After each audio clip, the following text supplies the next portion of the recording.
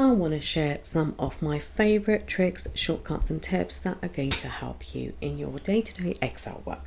Let's start with freezing panes.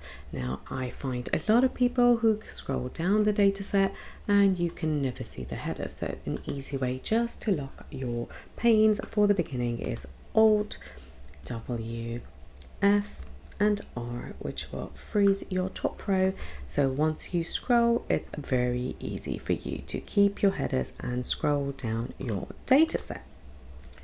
Another quick hack is if we want to change a format and copy that across. For example, in this cell, we want to highlight Philippines in yellow. Now, as we go along, we want to highlight some the other data with yellow. Instead of going back up here, we just press F4 and that will allow us to repeat the last action. So let's try that again. If we go here and change this to red, we can simply go down and go to F4 and repeat the last action. Let's have a look how we can filter easily. Now this data here is not in a table format, but perhaps we're going through some of the data, and let's go to bakery and we just want to filter the data from that. Click onto the cell, right click, and we go to simply filter. We filter by the cell's selected value. So click on that and you can see that the filter has automatically just taken all the items of bakery. To add a hyperlink to any of your data, you can simply click onto it and press Ctrl K to open up the dialog box. You can have an existing page, a folder, browsed pages, recent files, or even a place in the document for an email address. Now let's just click on this place in the document and we're going to go to R3. So let's click onto that. Press OK. When we click on that, we simply moved to the place where we want. To be able to change any data where we find that the spelling is not correct or we want to change something else about it, we can simply highlight our data and Ctrl H to bring up the Find and Replace dialog box. Let's say that we want to change grey from G-R-E-Y and replace it with the spelling of G-R-A-Y. Let's press. You can replace one, you could replace everything. Let's replace all, and you see that we have 19 replacements done. Let's look now at flash fill. Right here is where we have a data set out. What we want to do is add in some data. So let's type in electronics and see what we want to do is add the color of the item so we can come up. You can also type in green and another comma, and perhaps we want to put curly brackets on the country. So let's just type that in. Now we have a format of how we want to perhaps have our data in one cell and press OK. Now that we can do that, you simply click on and drag the formula. As you do that, you can see that it's literally taken the same as we've typed before. You see the little dialog box at the bottom here, we can click onto that, a little arrow, and it has copy cells, full formatting, or flash fill. We simply click onto that, onto the flash fill, and see what happens. Right now as we open, you can see that it has followed the pattern of what we really wanted to do. Another way to activate it is Ctrl E. Conditional formatting is something that you really need when you want to view your dataset. Now here, let's have a look at the color. And if we want to simply go to highlighting the data, we can go on to highlight data. We can have a text that contains, and let's just go for a text that contains a gray.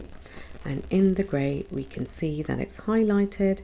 You have different color options. We can change it to green, we can change it to yellow, we can change it to anything that we want. We can also just type in yellow and press OK. So anytime you type in yellow, let's just type it here, comes up right here, yellow, you can see that the format has automatically been changed to our dataset. Let's have a look at data validation and a drop-down list. Now here we have departments, which is a free for all cell, for example, if we ended up typing anything here, it doesn't throw out any dialog box. Now just Control Z to undo that. And what we want to do in this particular column here, we want to add just these type of departments so that there can't be any errors when adding, any mistakes when spelling. So let's just highlight these. You can highlight the whole column if you want. You can just Control Shift down arrow, and that highlights all of the cells. Let's go back to the top, and once we're back at the top, we go across to, with the shortcut Alt A and V, that's data validation. We are going to add to V. Yes, we want to check if we have an extent. Press OK. And what is the source of this? It's a list. The source is going to be just the items over here. And now we're going to press OK. Now what this allows us to do is have a little dialog box so that we can type in anything from the actual range. If we type in, for example, bakery wrong, it will not allow us to enter it into the cells. Very good way to keep your data clean. To easily analyze your data, we can highlight our cells here and go to the shortcut Control Q. That brings up a formatting box like this, and what we do is go across to totals. We can go right and let's do a percentage total. You can see that you have the percentage total come up there.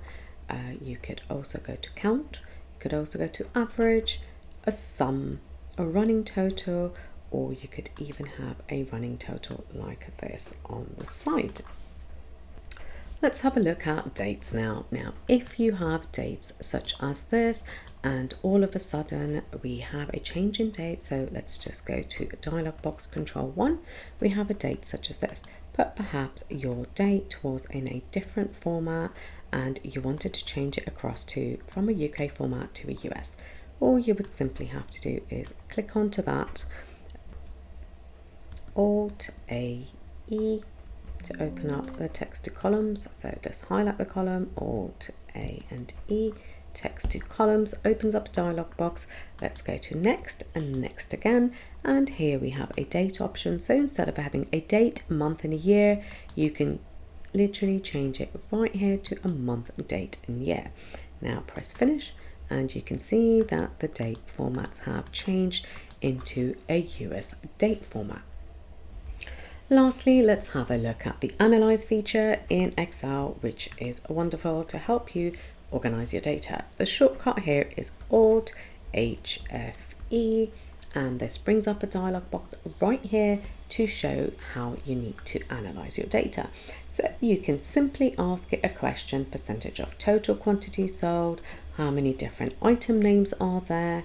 You can type in whatever you want. So you can have a look at all of the colors or countries within a pivot table, insert a pivot table.